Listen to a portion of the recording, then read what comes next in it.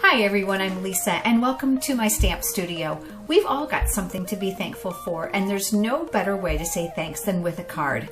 So today I'm creating this adorable card using a celebration stamp set. Celebration's almost over and this is your last chance to get these free products.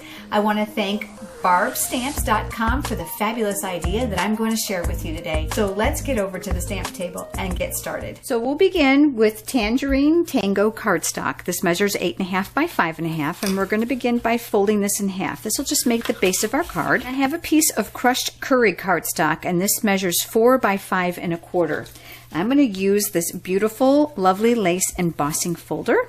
And we're going to go ahead and put the paper inside, and we're going to use the Big Shot to emboss it. The great thing about the Big Shot is once you own it, you can do all kinds of fabulous things with it. So I'm going to put my folder between my clear plates, and you're going to put them on top, and we're just going to crank it through. That leaves us with this beautifully embossed and pressed paper. Now one side the images are raised, the other side they're de-embossed. You've got kind of two different looks to choose from. This piece is going to end up going here. So I'm going to use some snail adhesive, and whenever I'm doing embossed paper, I'd like to be a little bit more generous with the adhesive just to make sure I get in all those little crevices. So that's going to go here. This is a strip of cardstock that measures 1 by 4 inches, and I'm going to create a border with that using the scallop edge punch. Now you're going to notice because the paper is so small that this might be challenging, so I'm going to use it upside down. So in goes my paper. I'm going to make sure I'm at the end. My paper's at the bottom of my punch, and I'm going to squeeze. Now I'm going to slide this over so that I can't see the other scallop I punched previously. This way I don't worry about notching the one that I've already made. And again. Now when I get to the end, I take it out and I flip it this way so that it's a little bit easier for my fingers to use. Again, I'm lining up my scallop. And there we go. This piece is going to get some adhesive near the top.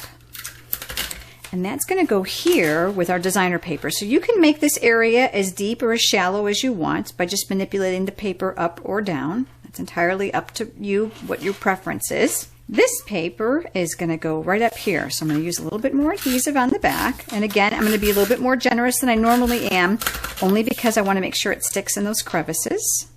And that's going to get mounted here on the top.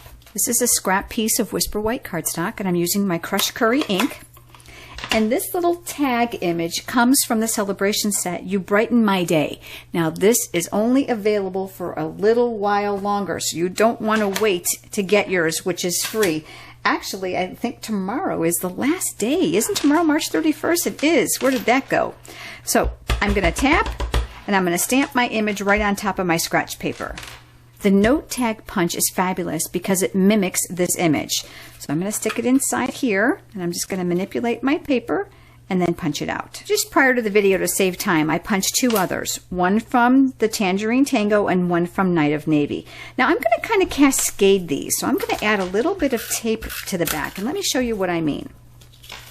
I want a little bit of this one sticking out here, a little bit more tape, and I want a little bit of this one sticking out here so you can see the layers of my tag. The next thing I'm going to do is I took 3 inches of the celebration ribbon. This and the button packs, and there's 3 spools of different colors, are also free during celebration. So the 3 inches is here, and I'm going to tell you what I'm going to do. I'm going to cheat. I'm going to bring in a little bit of a glue dot, and I'm going to stick that glue dot right in the center of my ribbon. And the reason is I want to pinch this into a V formation so it appears that I've made a tag. And then I'm going to take another and stick it behind the tag. Use the scissors to create angled tags on those ribbons. And I'm going to use another glue dot for this little button. And I'm going to mount that button near the top. Now beforehand I made a small bow with the white baker's twine, and again, more glue dots. I love these little things. And I'm just scrunching it together. I'm scrunching it together so that it'll stick to the center of the bow, and I'm going to cover those buttonholes. It'll look like we've threaded it, but we really haven't. Now on the back of here, we're going to add some dimensionals, and this tag will get mounted on the front of the card, and I like to mine at an angle. It's nice and simple, isn't it? Remember, only until tomorrow for these celebration products, there are 14 amazing things you can choose for free with a $50 order. So head over to my blog. You can do all your shopping there. And I hope you'll subscribe to my YouTube channel. I've got lots of fun things coming up, and I look forward to seeing you next week.